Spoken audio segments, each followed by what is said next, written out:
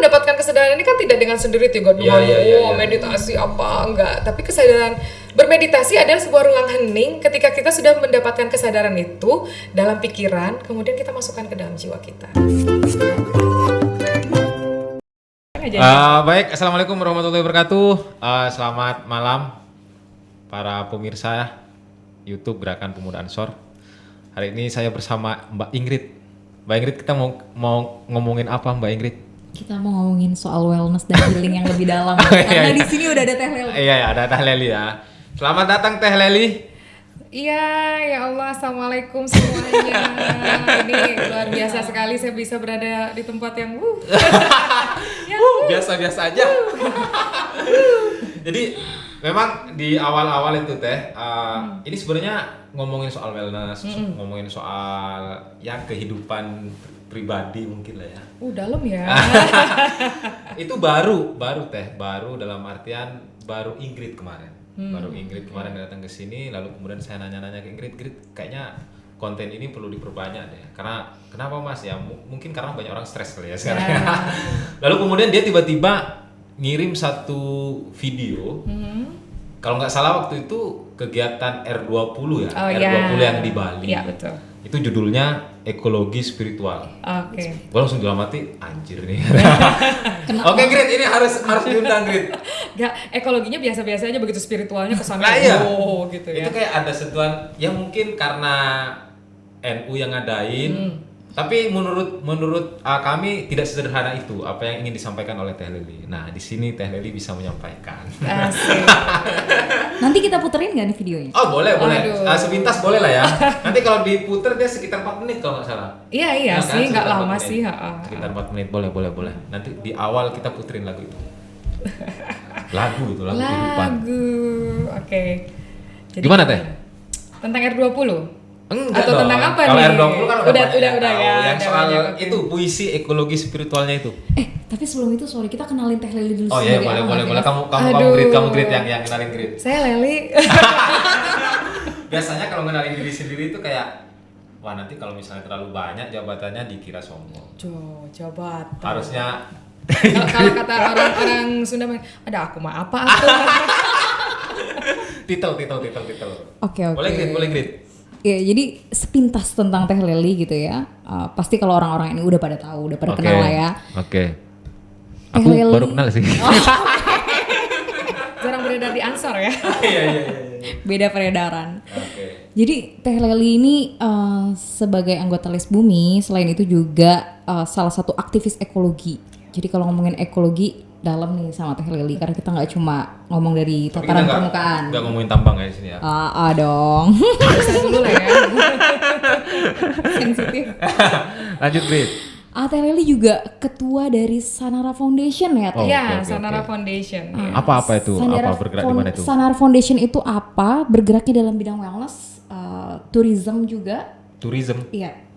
Untuk lebih jauhnya nanti kita bisa tanya langsung aja, mumpung ada orangnya di sini. Ya, jadi kita ada sebuah yayasan namanya Sanara Foundation.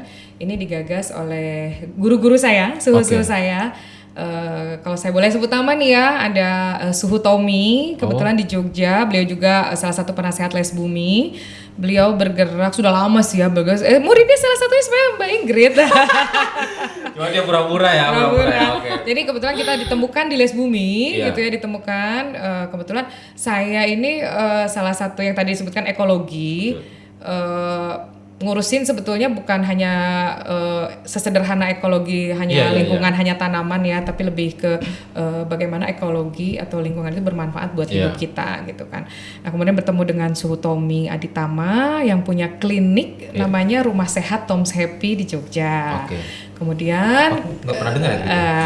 Tom's Happy Mas, aku pernah spill. Tom's Happy. Nah kebetulan aku juga udah 5 tahun ini ada di sebuah tempat di Bedugul di Bali. Kebetulan mengelola sebuah resort namanya Buyan Resort, persis di dekat Danau Buyan di sana. Nah resort itu adalah resort wellness yang orang tuh kalau ada istilah tetirah gitu ya, orang tuh pengen healing gitu. Tetira tuh keluar dulu dari aktivitas, rutinitas gitu. Terus mereka tuh hanya ingin mendengarkan suara air, angin-angin mendesir kayak gitu. Jeda sejenak ya Teh. Jeda sejenak dari kehidupan. Iya. Karena selama ini kita terlalu zolim sama diri kita sendiri. Ini udah mulai masuk sih kayaknya ini kata-kata zolim ini. Zolim gitu. Nah kebetulan kita bicara-bicara, akhirnya kita mendirikan sebuah yayasan. Kebetulan kita juga ada Buyan Resort ini punya seorang sahabat saya juga, gitu ya. Kebetulan dia juga concern di bidang ekologi dan kebangsaan beliau ya. Terus kemudian ekologi dan kebangsaan, karena kita kan tanah air ya, banyak tanah banyak air gitu kan. Lalu memanfaatkan tanah dan air ini bagaimana gitu kan. Nah akhirnya bicara kebangsaan bukan hanya bicara tentang wah yang gimana-gimana dulu ya, bahwa Pancasila juga ada dalam tanah dan air kan gitu. Ini lebih jauhnya lagi nanti ya. Kemudian kita ketemu juga dengan yang namanya Pak Agus. Kebetulan beliau sangat-sangat ahli dalam wellness ya, konsultan wellness.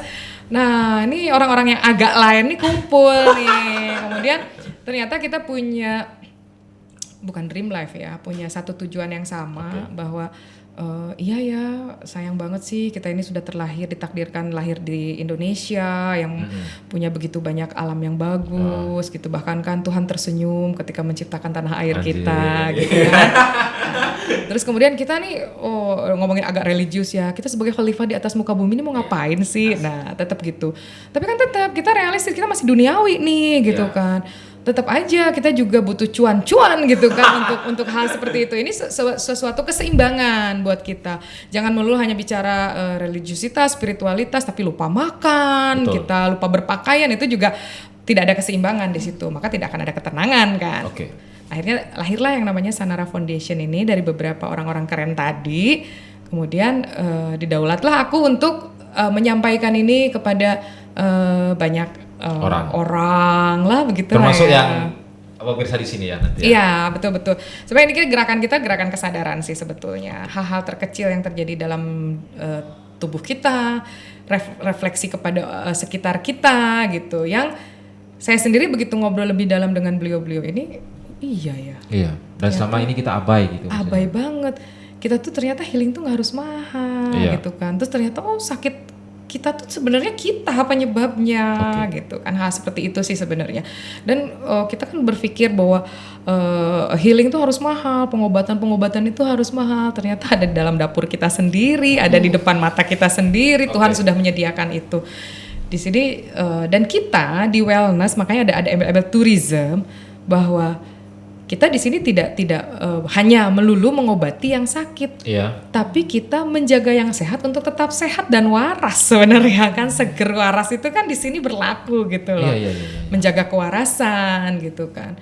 Nah ini dalam artian bahwa kita menghargai Tuhan yang menciptakan, kemudian menghargai diri kita yang sudah diciptakan, kemudian menjaga keharmonisan. Kalau bagi kita nih ya kita nih khalifah di atas muka bumi gitu kan. Terus kok kita asik sendiri sih hanya dengan sesama manusia gitu kan. Terus kita belum disebut beriman nih kalau hanya sama Tuhan doang, tapi sama manusianya kita lupa gitu kan. Tapi sama Tuhan udah mesra, sama manusianya udah bisa seimbang. Tapi kita udah seimbang belum sama alam semesta yang sudah memberi kita hidup dan kehidupan selama ini gitu loh. Mungkin Teh Leli kayak kalau dari penjelasannya tadi tuh Grit kayak menggarisbawahi bahwa ada sifat atau ada sikap keabayan yang dilakukan oleh manusia yang menjadi dasar kenapa kemudian mungkin Sanara ada, lalu kemudian mungkin kita perlu lagi menjaga atau kemudian kok suaranya agak pelan gitu ya. Kasarannya kalau saya mau nanya itu Teh, contoh kecilnya aja, apa sih maksudnya manusia dianggap abai terhadap alam? Ya, ini kita bicara versi alam dulu ya. Iya. Kayak gini loh, kita slogan buanglah sampah pada tempatnya, kebersihan sebagian dari iman itu dari kita SD kali ya. Di sekolah-sekolah di lorong tuh udah ada. Tapi kan tetap tempat sampah di depan muka kita tetap kita kan agak-agak jarang membuang sampah. Ya, menurut itu hal-hal terkecil dalam kehidupan kita ya kayak gitu. Dan sekarang masalah sampah itu udah menjadi masalah yang sangat luar biasa ya. Udah sulit ditangani gitu kan. Nah, ini kan sebetulnya bukan hal yang sulit. tapi kita abai kan, biarin sih nanti juga ada yang ngambilin gitu kan, biarin nanti juga ada yang membersihkan. Artinya ketergantungan kita kepada orang lain tanpa adanya kesadaran kita sendiri sebagai si the agent of change itu juga kan abai menurutku gitu. Padahal kan slogan-slogan itu ya, apalagi dengan kebersihan sebagian dari iman gitu kan. Menurutku itu hanya sekedar slogan pada akhirnya tidak kita lakukan gitu. Retoris. Nah sebenarnya itu hal sederhana yang menurutku hal sederhana. Kemudian itu tentang alam ya. Alamnya jangan dulu bicara tentang hutan, tentang yang lebih luas ya. Tentang kemudian misalnya lari ke meja makan gitu kan. Ya jelas lah sehari bisa 3 kali kita makan kan. Apakah kita pernah berpikir bahwa ini si beras gimana sih nanamnya kayak gitu kan? Terus makanya kan sempet tuh dulu ada jadi semacam anekdot bercandaan ya. Apa sih hubungannya doa makan sama api neraka gitu kan? Ya makan aja gitu. Tapi kan di situ ada bagaimana kita menghargai para petani. Misalnya ini sesederhana itu ya, misalnya menghargai para petani. Itu belum masuk ke dalam betapa Tuhan sudah menciptakan tanah dan air, kemudian menumbuhkan padi, menumbuhkan bayam, menghidupkan ikan yang kita makan. Nah kalau kita kan makan bukan sekedar makan, ya makan itu kan energi ya, kita butuh makan ya, nggak makan senggol bacok ya nggak sih? Yang tadi logika tanpa logistik anarkis ya nggak sih gitu kan? Nah akhirnya kalau anarkis itu kan tidak ada ketenangan jiwa ya. Kalau kita udah makan mau ujian aja enak, mau ngobrol aja enak gitu kan, karena sudah terpenuhi kan kebutuhan mendasarnya, kebutuhan pokoknya itu makan. Tapi ya kita hanya sekedar makan gitu. Makanya bagaimana makanan itu bisa membawa manfaat untuk kita ketika kita tidak ada interaksi dengan yang kita makan. Nanti masuknya ke dalam ekologi dalam tubuh kita. Kalau Mbak Ingrid tadi udah spill di belakang panggung nih tentang kosmos manusia adalah mikrokosmos, alam semesta ada makrokosmos. Ya itu kan saya tidak menyebut ini retorika ya, itu sebuah pengetahuan ya. Tapi kita sering sekali menjauhkan diri dari hal seperti itu. Bahwa kita harusnya percaya diri dong ketika sesuatu yang makro ini tidak bisa bekerja kalau nggak ada yang mikro gitu. Jadi peranan kita yang kecil ini bukan harus kita abaikan. Bahwa pede deh kita menjadi bagian dari berputarnya alam semesta ini. Pribadi masing-masing aja dulu gitu. Ya sekarang misalnya lingkungan kita yang terdekat, misalnya sekolah atau kampus atau rumah ya. Kalau kita aja nggak buang sampah sembarangan, kita aja dulu deh, belum nggak usah ngajak dulu yang orang lain. Tidaknya kamar pribadi kita kan bersih enak gitu loh Bu. Terus manfaatnya buat siapa? Buat kita juga kan gitu. Teh, sorry aku potong sedikit. Sebenarnya itu kan hal yang lumrah dan sebenarnya sering direpetisi gitu ya. Kita selalu melihat slogan-slogan itu sering didengungkan di mana-mana. Tapi kenapa rasanya itu sangat jauh dari kita ya secara praktek? Apakah karena kesadaran itu hanya bentuknya permukaan atau hanya bentuknya kata-kata sehingga kita tidak mendalami gitu? Ya itu tadi, karena kebiasaan yang terus-menerus tiap hari menjadi sebuah kebenaran. Nah, itu kan main di bawah alam sadar kita. Jadi manfaatnya untuk kita aja dulu deh, nggak usah dulu ngomongin orang lain gitu kan. Untuk kita aja, makanya ruang terkecil kita lah. Kita pakai baju yang 2 minggu kagak dicuci, enak apa enggak sih gitu kan. Nah kalau misalnya kita udah oke sih, kita nggak usah nyuci laundry hari gini, it's okay, nggak ada masalah. Tapi kenyamanan ketika kita menggunakan baju yang bersih, spray tempat tidur yang bersih, ruangan yang bersih, itu nyaman apa enggak sih? Nyaman. Itu kan hal yang kita rasakan tapi tidak kita sadari. Artinya belum ada kolaborasi antara rasa dan raga ya. Artinya Teh Lely ini sebenarnya ingin kayak mengkritik kita sih sebenarnya. Mengkritik kita semua ya Teh? Ya itu kan pengalaman saya mengkritisi diri saya sendiri sebenarnya gitu loh. Ini kan proses. Kalau orang bilang, terus kalau orang saya tidak berani menyalahkan orang karena setiap orang akan punya konsep hidupnya masing-masing. It's okay, nggak masalah. Cuma di sini kan kita ingin kebaikan itu kan harus disebarkan gitu betul. Kamu udah dapat kebaikannya Trit?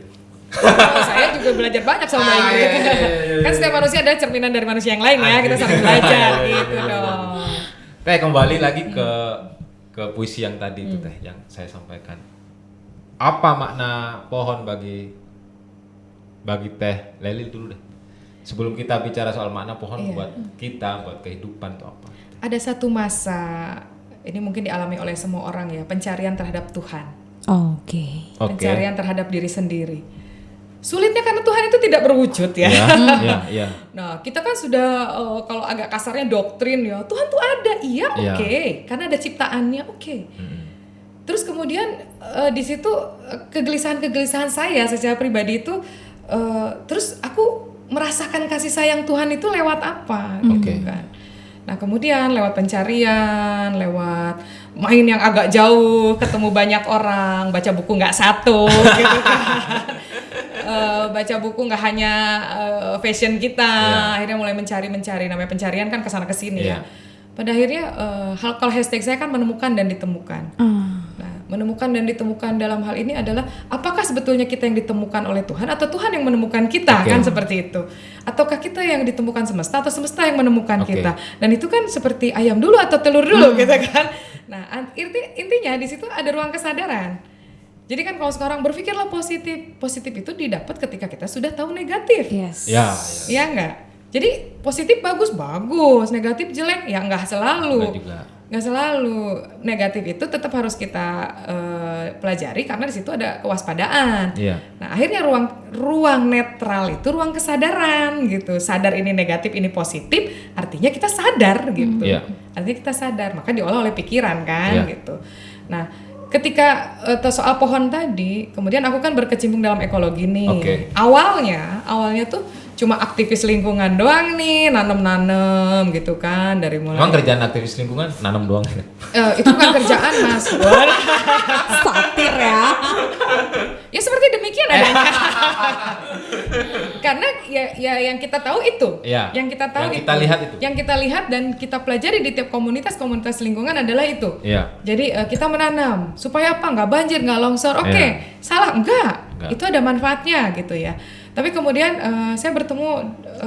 saya betapa beruntungnya saya bertemu dengan seorang guru, seorang kiai yang kemudian selalu bertanya gitu, dari mana gitu kan, dari hutan ini, dari ini, dari tambang yang udah nggak kepake, kita harus nanam gitu kan. Dia bilang mau dinaikin nggak levelnya, katanya kalau nanam itu. Gimana Pak Yai? Saya bilang, kamu pengen membangun masjid nggak? Pengen lah, aku bilang gitu dong. Punya duit? Belum. Ekspektasi gue dikasih duit nih gue sama Kiai. Terus dia bilang, kalau nggak punya duit bangun masjid gimana? Ya nabung, aku gitu kan. Aku nabung dulu Pak Kiai. Kira-kira keumuran nggak? Sampai uang kamu ada terus kamu bangun masjid? Ya nggak tahu, wallahu alam. Kita kan kita realistis aja ya. Bisa nggak mulai sekarang? Kamu mulai berniat, ketika kamu menanam pohon, niatkan itu untuk majelis bertasbih dan berzikirnya makhluk Allah yang bukan manusia. Aku langsung, maksudnya kamu yakin setiap makhluk Allah itu bertasbih kepada Allah? Yakin. Saya bilang gitu. Kasihlah tempat yang nyaman. Yang bisa kamu lihat kan ada capung, ada burung, ada cacing. Pernah berpikir nggak bahwa jutaan miliar makhluk Allah yang berada di bawah akar pohon itu yang menghidupi kita? Wah, udah agak berat kan? Ini juga aku udah. Maksudnya ini mau mendirikan masjid dalam bentuk pohon atau gimana ini nanti kan? Iya, pada akhirnya Tuhan kan tidak melihat bentukan masjid, tapi niatmu. Bahwa ketika kamu menanam pohon, naikin levelnya bukan hanya sekedar mencegah banjir, mencegah longsor, itu bermanfaat, sangat bermanfaat.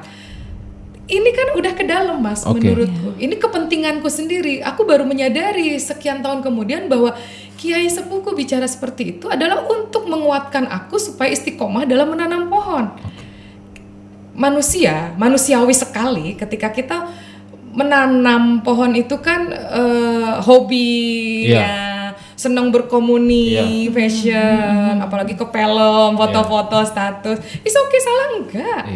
Tapi ketika itu berdasarkan kepentingan untuk saya sendiri, karena belum tentu sholat saya, puasa saya gitu kan, kebaikan saya yang lain bisa menuntun saya ke jalan kebaikan nanti di alam sana gitu. Ini udah agak-agak, saya suka sedih ya kalau bicara ini. Akhirnya saya, siapa tahu dengan cara saya memberikan sebuah peradaban, nah, pohon ini kan peradaban. Dengan merawat jagat, membangun sebuah peradaban. Cara saya adalah menanam pohon. Dan dilihat tidak dilihat sudah bukan jadi masalah. Oh, saya melihat. Ya, maksudnya kan dulu kan dari itu ya. Akhirnya saya dari perjalanan itu saya mulai mencoba mencintai. Oke. mencintai apa yang saya lakukan. Tadinya kan fashion dong, ekologi itu maksudnya, oh anak gunung nih, Mapala nih, keren banget kan, menaklukkan puncak-puncak Lawu, Rinjani, udah dapat foto-foto epic gitu kan. Ya udah, kemudian masa hidup gini-gini aja sih gitu kan. Akhirnya begitu saya dikasih jalan oleh almarhum kiai saya, beliau membimbing saya beliau tidak pernah menyuruh murid-muridnya untuk menjadi orang lain. Saya tidak pernah dipaksa membaca kitab kuning, saya tidak pernah dipaksa untuk menyelami banyak hal. Tapi lakukan apa yang kamu sukai dengan hati kamu. Nah, tadi dinaikkan levelnya, mulai dari situ terus kamu kalau nanam bacain sholawat deh, gitu kan. Karena kamu sedang menanam sebuah peradaban tadi.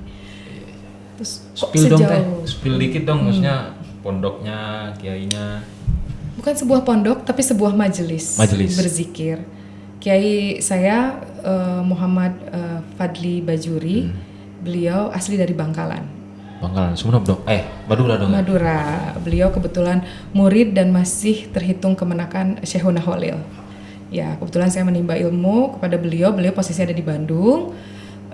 Beliau sudah wafat beberapa tahun yang lalu di usia 112 tahun. Iya. Beliau salah satu pendiri NU. Iya. Ya, jadi saya dapat tentang ke-NU-an juga dari beliau ya. Beliau sangat asik sekali, tidak pernah menyuruh murid-muridnya untuk menjadi orang lain. Tapi jadilah dirimu sendiri dengan apa yang kamu sukai, tapi niatkan itu untuk kemaslahatan orang banyak. Seperti itu. Nah, saya nggak pernah tuh, makanya kadang aduh aku harus gamisan apa gimana gitu ya. Wes lo jadi dirimu sendiri aja gitu kan. Nah, dengan hal seperti itu kemudian saya tidak menyatakan bahwa saya sampai hari ini sudah menemukan yang saya cari, karena sepanjang hayat bagi saya adalah belajar ya. Dengan teman-teman ketemu di sini pun juga saya ngobrol belajar banyak. Nah, kemudian dengan kaitan dengan puisi tadi, itu juga saya baru tersadarkan ketika seorang kiai besar, saya turun dari podium itu, beliau, "Ning, kowe sadar nggak? Kowe babar salamun kaula miro birohin." Apa iya toh gitu. Saya hanya menyampaikan apa yang saya tahu gitu kan, dari perjalanan saya, dari guru-guru saya gitu kan. Kebetulan saya ketemu banyak kiai, ketemu banyak suhu, ketemu banyak pendeta, ketemu banyak teman-teman dari berbagai lintas agama gitu kan. Saya tidak ingin mencari beda, saya hanya ingin mencari samanya apa sih. Makanya saya membaca 5 kitab agama gitu kan, tentang pengen mencari ekologinya nih gitu kan. Sisi ekologi dari masing-masing agama. Saya nggak bicara dulu tentang tata cara berreligiositas ya, itu sudah pasti beda ya gitu ya. Tapi saya ingin Tuhan kan sudah menciptakan umat manusia nih, dan atas kehendaknya kuasanya kita berbeda-beda gitu kan. Terus apa sih yang membuat kemarin itu kan kita sempat banyak sekali, wah gimana ya, rasis, sara gitu kan. Dan ternyata hanya pohon yang tidak pernah punya bahasa itu. Makanya ketika di R20 itu hampir dari beberapa negara, beberapa agama, saya aja kaget, itu ternyata nggak 5 ya agama di atas muka bumi ini gitu kan. Ternyata banyak lah, ada Ortodok, Yahudi dan lain-lain. Saya sangat excited ya untuk mendengarkan mereka tentang season kami kan season ekologi ya waktu itu. Nah, kebetulan niat di awal itu kan sebetulnya Les Bumi itu ditampuk bertugas sebagai penanaman pohon pusaka gitu kan. Nah, kemudian di dalam pohon ketika penanaman itu agak-agak sedikit pembukaannya adalah bahwa itu kan tentang perdamaian dunia gitu kan. Babnya itu kan menuju perdamaian dunia gitu kan. Kebetulan saya lama di Museum Konferensi Asia Afrika belajar tentang perdamaian dunia. Ini nggak mungkin damai kalau yang dicari beda kan gitu. Ini ngomongin apa ya gitu loh. Akhirnya kita bicara tentang pohon, sesuatu yang memang sudah sangat dekat dengan saya. Saya belajar banyak dari sebatang pohon sendiri, yang bagi saya pohon itu adalah makhluk hidup. Karena dalam pelajaran biologi itu kan makhluk hidup itu ada 3, ya nggak, manusia, hewan, dan tumbuhan. Kenapa kita selalu abai bahwa tumbuhan itu tidak dianggap makhluk hidup? Karena mungkin nggak bisa bicara, nggak bisa lari lah. Tumbuhan bicara lari ya juga kita yang lari kan, masalahnya kayak gitu. Kita yang takut nanti. Kita yang takut. Mereka bicara dengan bahasa hening, bahasa sama sekali. Bahasanya sendiri. Buktinya jelas kok mereka tumbuh. Bukannya bisa kita makan, sayurannya, daun-daunnya bisa kita konsumsi. Artinya mereka kan memberikan kehidupan buat kita, bahkan lebih dari yang kita bayangkan. Mereka memberikan udara gitu kan.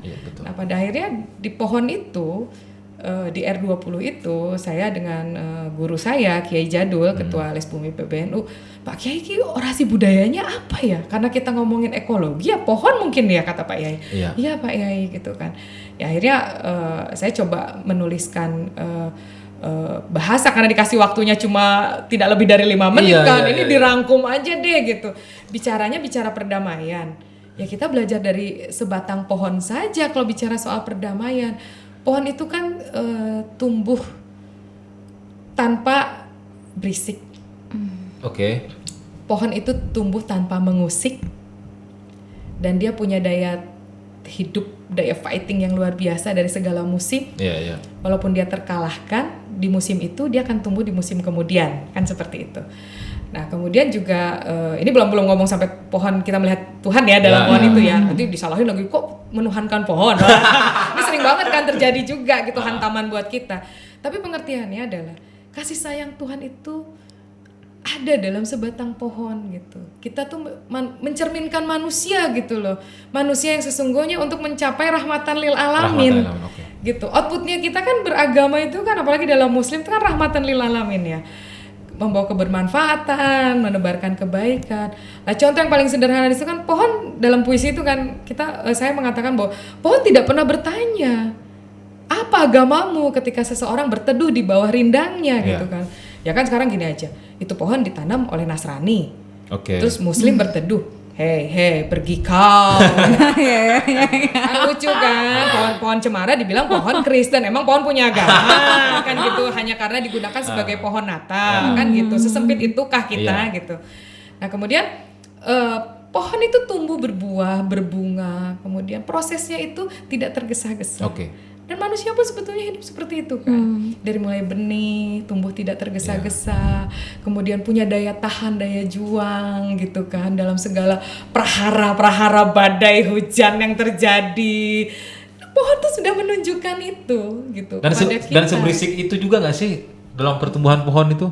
Kalau manusia kan hektik banget tuh. Ya makanya kan pohon tumbuh tidak berisik dan tidak mengusik gitu kan. Jadi ya pohon dia konsen pada dirinya, pertumbuhan dirinya sendiri kan. Dia gak lihat, ih lu ya buahnya banyak, aku enggak. Dia ketika dia melihat orang sebelahnya bertumbuh banyak, artinya dia fighting unsur haranya dia seimbangkan gitu. Artinya dia bertumbuh tuh dengan daya juangnya gitu kan. Dan di sini kalau bicara tadi mikro dan makro. Kan ada campur tangan manusia sebagai khalifah di atas muka bumi. Oh ini pohon ini tumbuhnya bagus, yang ini enggak, mungkin kurang disiram air. Kita berperan di situ. Kita berperan untuk menumbuhkan pohon. Betul. Lalu pohon memberikan manfaat kan. Kemudian ketika dirawat dengan baik, dengan penuh kasih sayang, ya kan dia memberikan buah yang bagus, yang bisa kita makan, bisa kita konsumsi, bisa kita jual, bisa kita barterin kan duitnya. Akhirnya dia memberikan manfaat yang lain kan dalam hal seperti itu. Nah ini kan yang tadi abai nggak sih? Bukan abai, mungkin kesadaran kita belum sampai ke situ. Jadi proses itu mungkin karena biasa. Karena tidak terlalu bergesekan langsung, padahal kurang gimana tidak langsung ya gitu.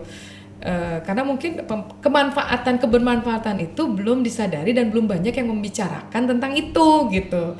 Nah kemudian bicara lagi bahasa perdamaian di R20, outputnya adalah perdamaian.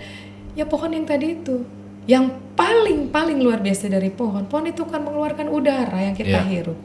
Lalu kemudian negara Muslim, pohonnya katakan ditanam oleh semua orang Muslim, terus ada orang yang bukan Muslim datang ngap gitu, tiba-tiba nggak dikasih udara sama si pohon kan? Enggak, tetap aja dia menunaikan tugasnya sebagai sebatang pohon yang bertumbuh, berdaun, berbunga, berbuah, memberikan udara.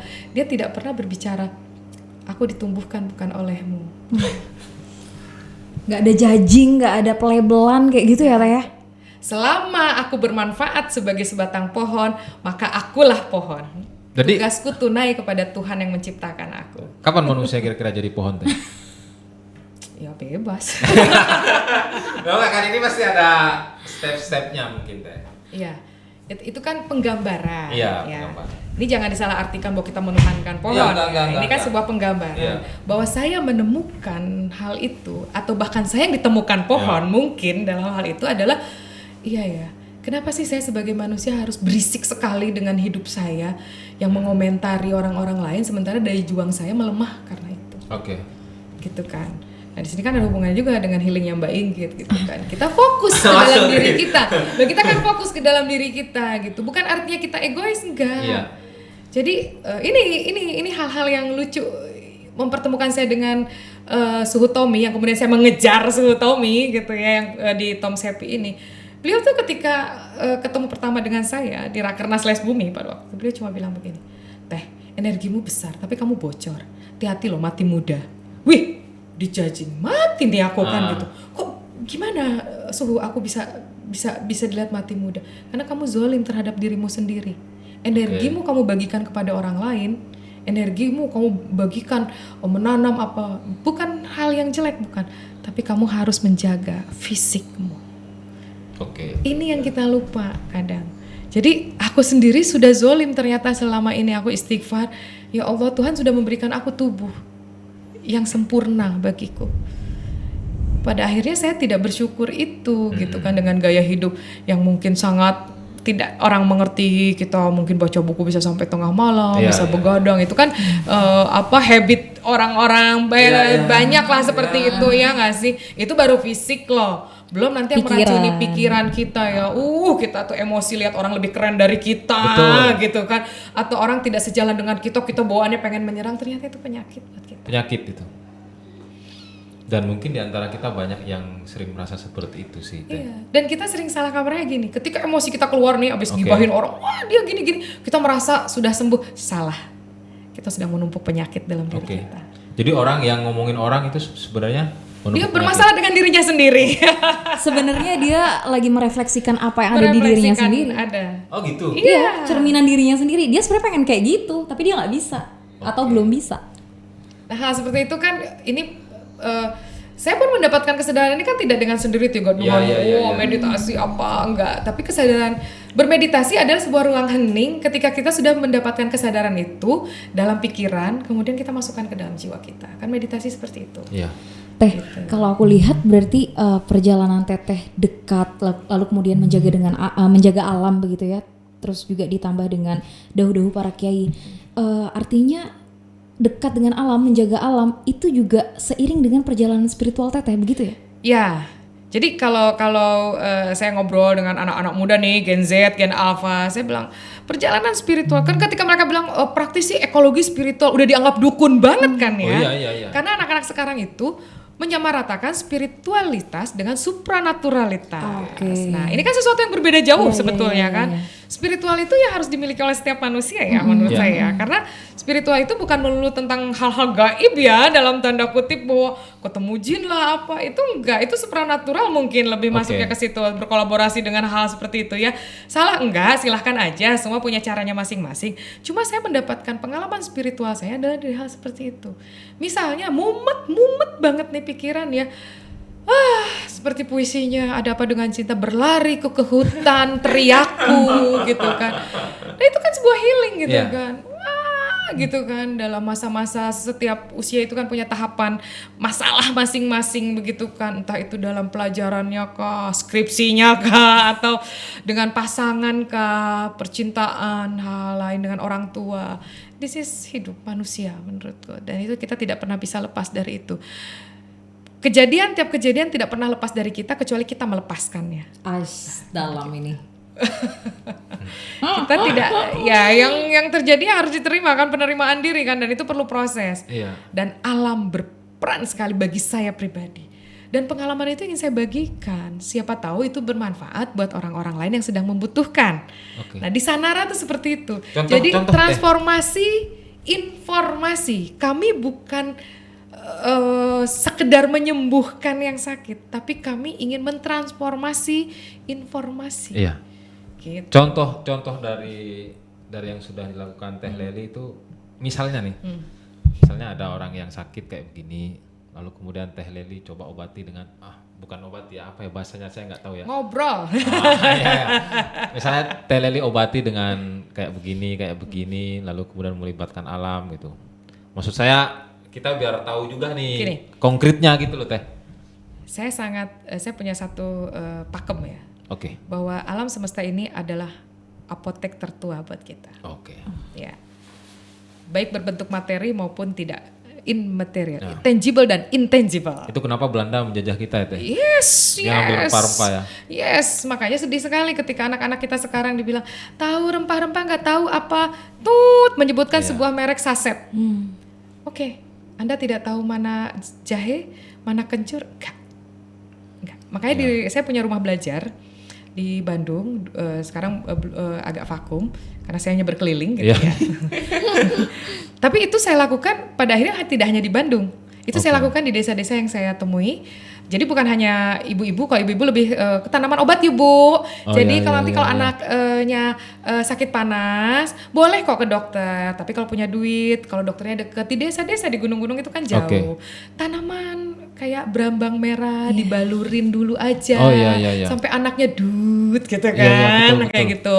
Orang tua dulu kitab-kitab itu banyak sekali. Banyak sekali kok masuk angin, jahenya pakai air panas diminum Bu, gitu kan. Kasih anaknya itu.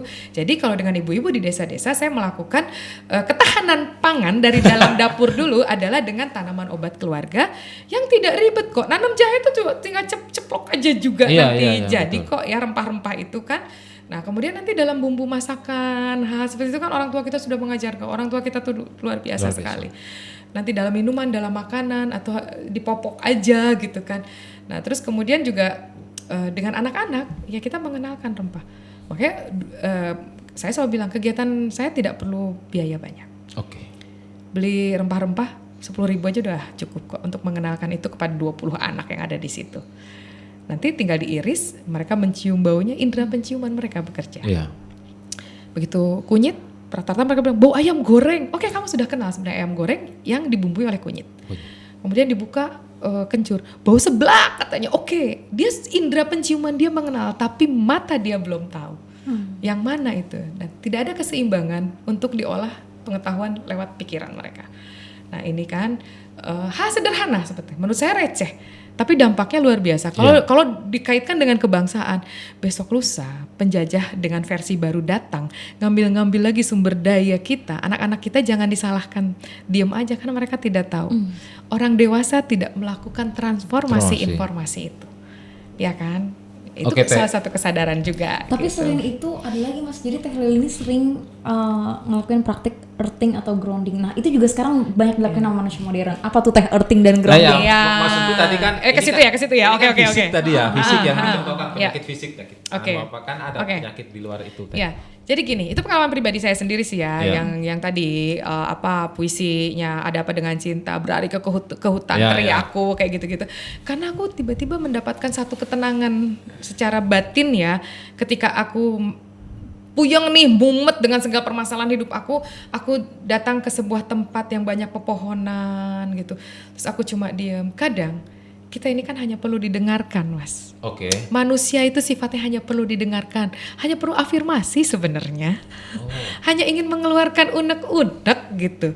Permasalahan itu kan terjadi ketika kita mengeluarkan unek-unek pada orang yang salah atau ruang yang kurang tepat, akhirnya bergulir menjadi bola liar asumsi bikin masalah lagi. Nah, akhirnya karena saya mengalami hal-hal seperti itu, akhirnya saya banyak menyimpan masalah dalam diri saya sendiri. Ini nggak benar nih kalau aku omongin ke orang nih. Akhirnya saya mencoba bicara dengan pohon itu sendiri. Katanya menurut yang saya baca, pohon ini punya energi positif, pohon ini punya daya serap energi negatif yang bisa melahirkan imun tubuh kita di jam-jam tertentu. Aku coba. Dan aku coba menangis, memeluk pohon, udah kayak orang apa lah ya. Wah gitu. Ini yang aku rasakan ya aku tenang. Sebetulnya mungkin pohon tidak ngapa-ngapain. Tapi aku mengeluarkan semua unek-unek aku. Dan pohon itu kan gak comel, dia gak ngomong lagi sama, tau gak sih kemarin aku ngomong sama gue. Aku tuh hanya perlu ingin ngomong gitu loh. Dan itu sudah aku keluarkan. Dan kemudian aku coba lagi metode, kan aku belajar juga kan metode-metode grounding, earthing yang seperti itu kan. Aku buka sepatu, kemudian aku jalan. Wah gitu, dan itu aku merasa sangat koneksitasnya luar biasa. Itu belum sampai ke kesadaran, baru kerasan di fisik aja kan. Camping, terus sama teman-teman rame.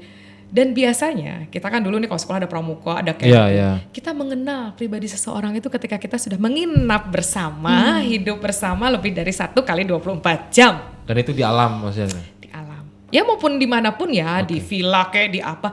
Tapi itu kan kelihatan sifat asli seseorang. Bagaimana respon dia terhadap sesuatu yang terjadi. Respon baik omongan, respon baik keadaan sekitar. Misalnya itu, ternyata dia takut petir. Ternyata dia ringkih kalau kehujanan. Ternyata dia tuh gak berani keluar malam. Ternyata dia tidurnya gak bisa gelap. Itu kan hal-hal yang sebetulnya bisa kita kenali ketika kita bisa melakukan banyak hal bersama. Itu ada makna tertentu nggak Teh? Jelas, keakraban tadi. Oke. Keakraban tadi. Nah, akrab ini kan energi, the power of frekuensi. Iya. Sehingga kita di situ kita akan menemukan frekuensi-frekuensi yang sama. Dari misalnya 10 orang nih yang pernah camping bareng, kita bestiannya bertiga kan gitu. Iya. Bukan membenci, bukan apa, tapi itu frekuensi menuntun kita pada akhirnya. Dan itu kerja semesta. Oke. Makanya kita bahasaku gini. Kita sudah mengupayakan yang terbaik dan biarkan semesta yang bekerja hari ini. Nah, aku teringat sedikit sama aku pernah baca buku Teh. Itu judulnya Selaput Biru. Oke. Punyanya Laksmi kalau nggak salah ya. Dia itu pernah bilang kayak gini. Jadi kalau kita semakin tua itu kita hanya mensyukuri apa yang terjadi kemarin. Pada akhirnya seperti itu. This is the power of hening. Oke. Jadi nih di usia-usia jelita kayak aku, Iya. jelang 50 tahun. Oh iya. Banyak banget ya emang dia. Karena mungkin si Lasmi itu juga udah mulai menua. Artinya dia menulis gimana sih pribadi perempuan ketika menua gitu. Iya. Jadi sebetulnya gini, nggak hanya perempuan sih, sebenarnya lebih umum. Tapi kan Iya. perempuan kan sensitivitas perasaannya lebih kuat ya. Jadi karena perempuan apa? Bumi. Perempuan adalah tanah. Jadi dia bisa lebih ground, terus earthing-nya tuh lebih merasakan ini adalah aku gitu. Jadi kalau tadi bahasa-bahasa tadi bahwa terus kemudian circle menyempit yang kayak gitu-gitu ya. Iya. Itu tuh pengalaman hidup mengajarkan demikian. Dan itu kan semesta yang bekerja. Bahwa ketika the power of hening tadi, kita nih ini boleh setuju boleh tidak. Saya sering mengatakan boleh setuju boleh tidak karena setiap orang punya konsep hidup masing-masing. Tapi yang saya rasakan, kemudian juga kita hasil diskusi, riset dan lain-lain. Sebetulnya kita itu kan bagi saya itu saya selama ini salah kaprah doa itu meminta. Oke. Betul, doa itu meminta betul, tidak salah. Tapi diawali dengan bersyukur. Jadi kita aku mensyukuri dulu apa semua yang sudah terjadi terhadap diriku gitu loh. Pada akhirnya saya bisa ada di titik ini karena sudah kejadian kemarin. Iya. Kelak kita akan mentertawakan segala luka dan derita dengan tertawa. Ya karena memang ada Kelak gitu loh. Waktu itu menyembuhkan. Ada gitu sih maksudnya tes semakin kita tua, menua, kita akan menemukan circle. Dan menariknya di buku itu circle-nya itu pada akhirnya kembali ke ibunya dia. Kalau nggak salah ya, meskipun ibunya dulu yang dianggap menentang ya. Ya mungkin Menyebabkan luka begitu. Bukan. Dia pemikirannya nggak sama lah. Ibu-ibu pada zamannya ya, ibu pada zamannya gitu. Ya, ibu itu kan referensi orang terdekat kita. Oke. Sekarang yang menorehkan luka terjelep adalah pasti orang-orang dekat. Betul. Orang luar kan kita masih bisa, dia gak kenal aku. Tapi begitu luka itu ditorehkan oleh orang terdekat kita, masa sih kamu? Kemelekatannya sangat kuat. Kemelekatannya sangat kuat. Harapan kita begitu besar sama orang-orang terdekat kita kan, baik keluarga, pasangan, circle terdekat. Itu kan sebenarnya PR dan itu pembelajaran sebetulnya. Dan Tuhan itu selalu punya rencana yang indah walaupun dengan segala luka. Iya. Nah itu kan pembelajaran dari buku tadi juga salah satunya membahas itu kan bahwa dan jangan paksakan orang akan melupakan kehilangan, jangan. Oke, iya benar. Artinya kan ya terima, bukan dilupakan tapi diterima gitu. Nah kalau besok-besok lupa ya itu mah bonus aja gitu kan. Kadang ada yang memaafkan tapi tidak melupakan. Nah itu kan bahasa-bahasa biasa lah ya.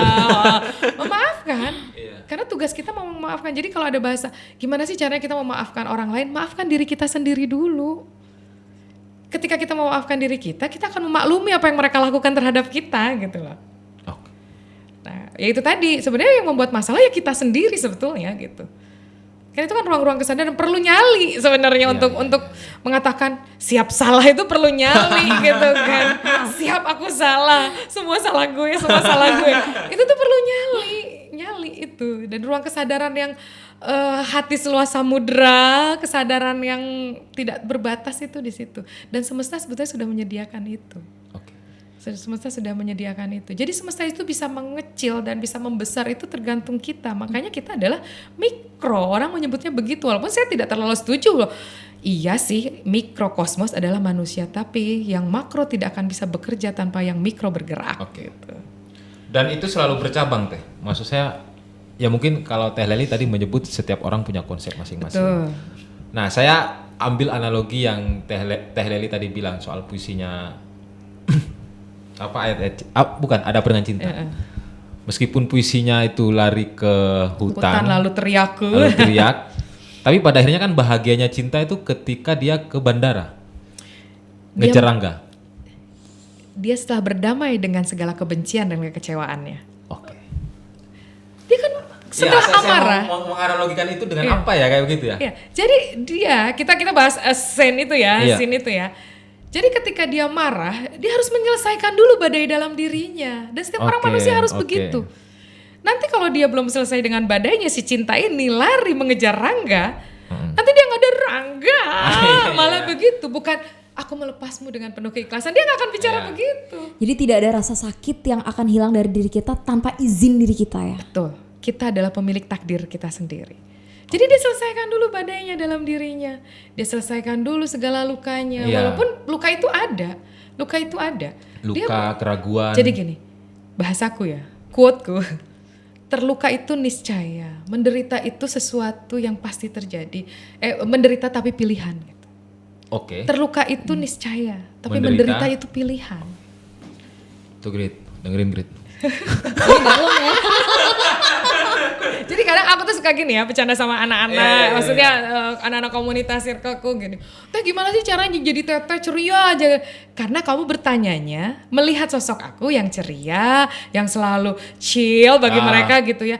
Kalian tidak pernah bertanyakan bagaimana aku mengemas luka. Nah, aku juga banyak luka kok. Tapi kalian tidak membawi luka-luka itu kan? Karena saya menyelesaikan dulu sebelum bertemu dengan kalian. Saya harus menyelesaikan dulu luka saya. Saya harus berdamai dulu dengan luka-luka saya, dengan badai saya. Karena bagi saya pribadi nih ya, ketika saya terkena badai, ketika saya kemudian gimana, saya akan membawa orang-orang dalam badai saya. Saya harus tenang dulu, duduk dulu. Berapa lama? Itu konsep orang masing-masing. Saya akan me time, saya akan tidur 2 hari, bisa tidak mau bangun gitu ya, makan doang, tidur ke kamar mandi, tidur lagi. Bisa sangat tidak mau ketemu orang. Itu kan cara saya. Cara orang pun beda, makanya kalau ada sahabat, kenapa sih dia menghilang, biar aja, mungkin dia perlu itu gitu. Karena mungkin dia perlu meredakan badai dalam dirinya. Dia perlu waktu untuk dirinya gitu loh.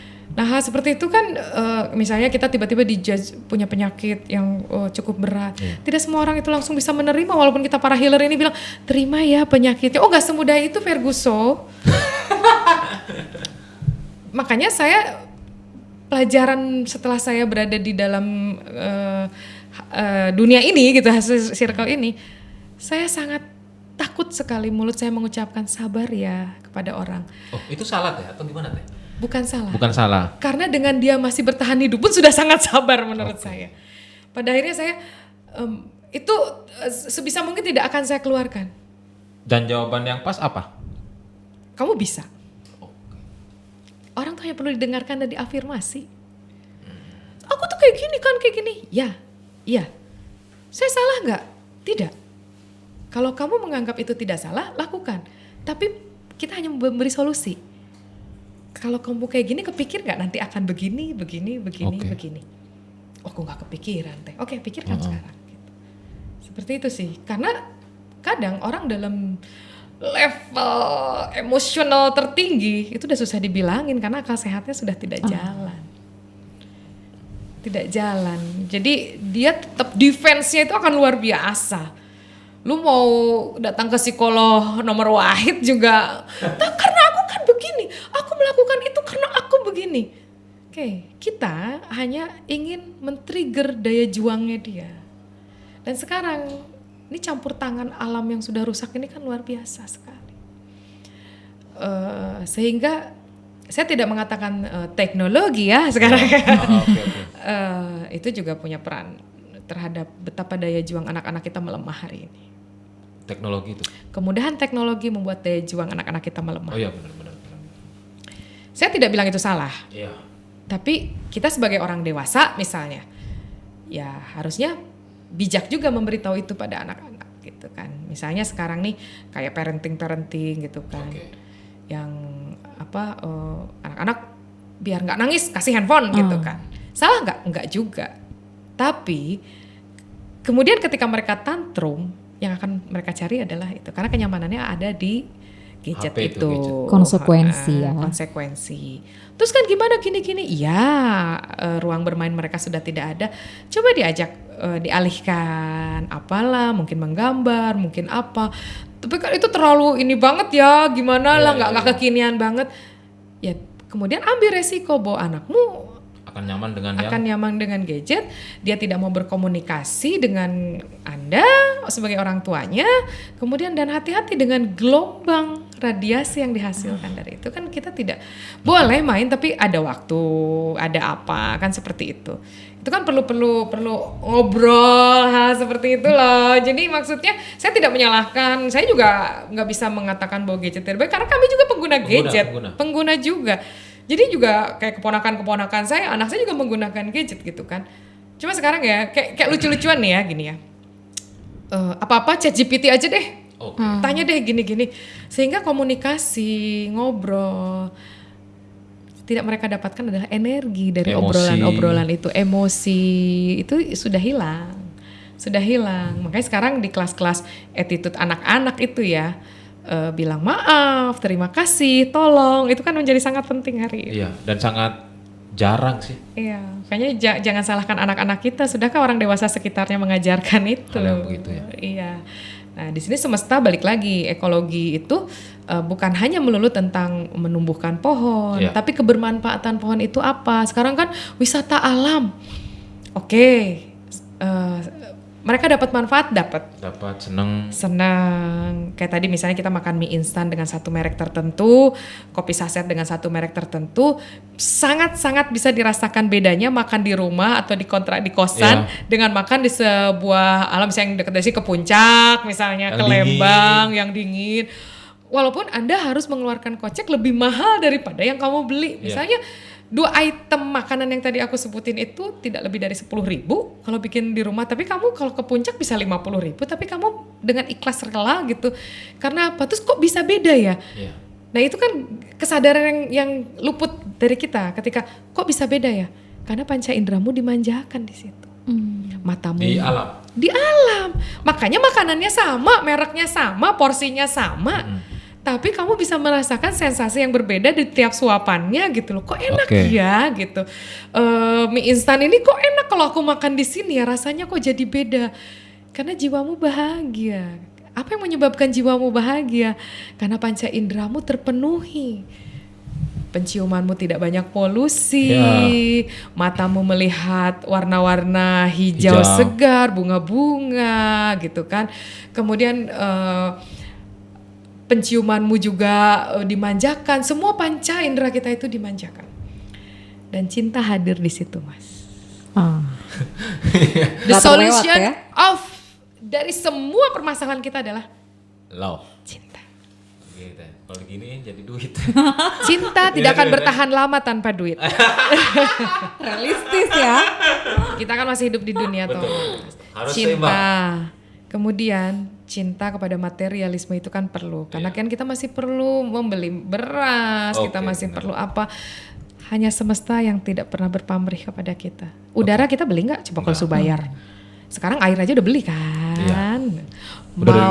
Mau minum air beli, mengeluarkan air bayar.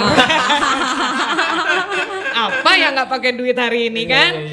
Nah, artinya ini banyak sekali masuk di DM saya gitu, Teh, aku pengen banget sih bisa masuk ke dalam area spiritualisme, tapi aku kan masih duniawi. Siapa bilang spiritual itu tidak duniawi, harus dipisahkan dari duniawi? Enggak, kita kan masih jasad. Iya. Terus kamu yakin yang misalnya kemudian memaksakan diri karena ingin menghindari kenyataan, lari dari kenyataan, kemudian mereka tinggal di gunung, emang pikirannya benar-benar bisa menyatu dengan alam? Belum tentu. Oke. Terus kamu menjudge orang yang tinggal di kota besar, dia tidak spiritual? Belum tentu. Belum tentu. Dia mengucapkan terima kasih aja itu udah spiritual. Jadi jangan dulu menganggap spiritual terus pasang dupa, meditasi, hening, diam, terus itu this is the level spiritual. Bisa jadi gimmick kan, atau bisa jadi sebuah teknik, sebuah kenyamanan tertentu gitu. Bisa jadi ritual juga, Teh. Betul, kalau bagi aku itu sebuah ritual. Saya pagi hari itu sebuah ritual yang tidak boleh diganggu. Ritual di sini adalah itu me time saya. Karena saya tidak harus buru-buru dari jam 4 pagi sampai jam 7 itu kan itu benar-benar pribadi sekali. Saya tidak menggunakan handphone dulu gitu kan. Belum, bukan jam kerja nih, ntar jam 8 baru nih buka-buka handphone jam kerja. Itu kan saya bisa ngapain aja. Misalnya terlalu soleha ya kalau kita ngaji kayak itu kan rahasia kita dengan Tuhan ya, itu kebutuhan ya. Kemudian setelah itu kan meditasi, kita diam. Meditasinya harus lama ya? Nggak gitu, tergantung kebutuhanmu gitu kan. Misalnya diam, meditasinya boleh berzikir, sangat boleh. Atau ada meditasi yang tidak berzikir juga, dalam artian bukan meditasi berzikir itu jelek, itu bagus juga, sangat bagus gitu. Tapi kan kita melafalkan kayak misalnya aku nih ya, kayak it's okay, semua baik-baik saja, semua tidak apa-apa, semua akan baik. Dan hari ini aku akan keluar menyelesaikan semua pekerjaan aku dengan sangat baik. Itu kan sebuah sugesti buat aku sendiri. Jadi ketika ada benturan, pastilah ya kita nggak bisa menghindari ya gitu, benturan. Baik kita sudah prediksi atau tidak prediksi kan, it's okay, semua akan baik-baik saja, kok semua akan baik-baik saja. Nah itu bahasa-bahasa itu kan untuk menguatkan sebetulnya. Bagi kami kata adalah mantra. Bagi kami kata adalah, dan Tuhan itu maha pengasih, maha penyayang. Yeah. Jadi tadi itu hening adalah bahasa semesta untuk doa. Jadi ketika kita kan terus aja meminta aja terus gitu ya. Ya nggak salah, enggak gitu. Karena kan Tuhan juga meminta hanya kepadaku kan begitu. Meminta aja. Tapi ketika kita meminta, begitu kita dicukupi kan kita lupa gitu. Bahwa untuk kemarin bersyukur. Kita minta ini sudah dicukupi sama Tuhan. Minta lagi. Takutnya ketika kita meminta itu malah jadi keserakahan kita gitu. Kalau aku ya. Pada akhirnya aku akan bersyukur dulu, terima kasih Tuhan atas segala yang telah kau cukupi, atas segala berkahmu, baik itu luka maupun suka, baik itu segala kejadian dalam hidupku yang enak atau tidak enak. Tapi satu dong Tuhan, boleh dong ya kalau aku minta disabarin, minta dikuatin. Loh kita kan negosiasi lah ya sama Sang Maha penentu hidup kita gitu kan. Tuhan kan maha ya, maha cinta gitu. Kasih sayang Tuhan membimbing saya, baik itu saya ketika berada dalam keadaan terbaik saya ataupun terpuruk saya gitu. Dan kita meyakini dalam bersyukur itu bahwa Tuhan sudah mencukupi apa yang kita minta, karena Tuhan maha tahu. Okay. Kita itu kan kadang minta itu karena kita ingin ya, bukan kita butuh ya. Iya, kebanyakan itu. Kadang-kadang ketika kita minta nggak dipenuhin sama Tuhan kan, gimana sih nih ya, nggak gitu kan konsepnya gitu. Konsepnya kan Tuhan tahu yang kita butuhkan. Nah nanti dalam Body, Mind and Soul di Sanara, di Tom Sepi ini, kemudian kita akan tahu bahwa ternyata ini adalah ingin, ini adalah butuh. Itu dengan sendirian, dengan kesadaran penuh kita akan tahu itu gitu. Nah makanya di Sanara dan di Tom Sepi ini, di Sanara ini kita ingin tadi itu tagline-nya adalah mentransformasi informasi, kemudian menyehatkan yang sehat, menjaga kesehatan gitu. Sehat itu kan saling beririsan Mas. Sehat badan itu sebetulnya karena pikiran gitu kan. Ya kalau bahasa dari suhuku kayak gini, kita kan sering mendengar dia ketakutan sampai terkencing-kencing. Nah, itu kan sering kan. Hubungannya apa sih takut sama kencing gitu kan? Ketika kita takut, emosi kita kan merespon takut, maka organ tubuh kita, ginjal yang akan tertekan di situ, maka pengen pipis gitu kan, sampai ngompol lah gitu kan, sampai wah gitu kan. Terus kemudian cemas yang berlebihan, ketakutan yang berlebihan, maka dia akan direspon oleh organ kita yang namanya lambung.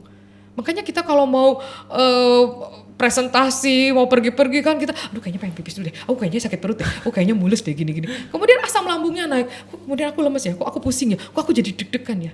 kan respon dari emosi kita. Kemudian ketika kita marah, tanpa perlu dikomando muka merah loh Mas. Gak bisa, jangan merah, jangan ketahuan marah, gak bisa. Tiba-tiba karena paru-paru, darah kepada jantung itu kan berhenti, tiba-tiba langsung sesak. Seperti ada batu di dalam dadaku gitu betul. Kan, kita sesek marah, muka merah, peredaran darah kita larinya ke atas, naik. Walaupun kita bisa sangat tidak marah, tidak gitu, diem. Tapi kan itu direspon. Seperti itu. Terus misalnya overthinking, vertigo, kita tuh kan. Kita, enggak, gue gak ada masalah kok. Oke, secara sadar kamu tidak ada masalah. Tapi di luar alam sadarmu kamu sedang, ini Mbak Inggit nih, makanya luar alam sadarnya tuh diolah gitu. Oke, Grit, ada yang ditanyain lagi nggak? Atau kita bikin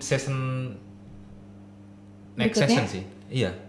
Saya sih berterima kasih sekali ya sudah diajak ke sini. Karena saya ingin menyampaikan, karena saya merasa beruntung mendapatkan kebaikan ini dari orang-orang yang pernah saya temui, maka kebaikan itu jangan dihentikan hanya di saya juga ingin berbagi ini, ya semoga bisa bermanfaat gitu kan. Semoga menjadi amal jariah saya juga sih, sebenarnya kepentingannya itu. Tapi Teh Leli, kalau misalnya diundang lagi ke sini, masih mau ya? Insya Allah. Saya mah asik-asik aja. Saya rasa dua orang ini harus dikasih session sendiri. Terima kasih loh. Nanti jadi playlist sendiri, gitu. Waduh. Oke. Ini karena kita akan bicara banyak hal yang ada di sekitar kita sih, nggak langsung. Dan sayurnya bukan sayur yang sulit sebetulnya. Gitu. Oke. Grit, karena tadi aku yang buka, kamu yang nutup sekarang, Grit. Oke. Karena aku nggak bisa menyimpulkan apa yang disampaikan tadi, cukup dirasakan ya. Tiba-tiba dia overthinking. Silakan Grit. Ya, jadi ini kemana Mas kameranya Mas? Gak usah kamera. Oh, nggak usah bebas ya. Jadi setelah kita banyak ngobrol ya Teh ya tentang alam, diri kita dan banyak hal lain. Termasuk dalil-dalil tadi itu. Sebenarnya manusia ini kan bagian daripada spiritual being ya, bukan hanya spiritual being. Dan perjalanan Teteh itu menyadarkan kami nih bahwa ternyata alam itu bisa menjadi guru terbaik untuk kita dan sangat dekat sebenarnya, baik kebermanfaatannya dan yang lain. Dan sebenarnya ibu bumi ini udah menyediakan banyak hal termasuk obat dan apapun yang kita butuhkan. Tapi kita hanya perlu kesadaran yang lebih baik untuk mengakses semua itu dan bukan hanya untuk mengambil kebermanfaatan dari ibu bumi ini, tapi juga memberikan sesuatu. Itu berlaku take and give, hidup dan menghidupkan, memberi dan menerima, itu kan berlaku. Simbiosis mutualisme ya Teh? Yes. Oke, luar biasa banget. Semoga masih ada kesempatan. Amin. Di hari berikutnya untuk kita ngobrol lebih panjang lagi. Betul. Insya Allah undang aku lagi kakak loh.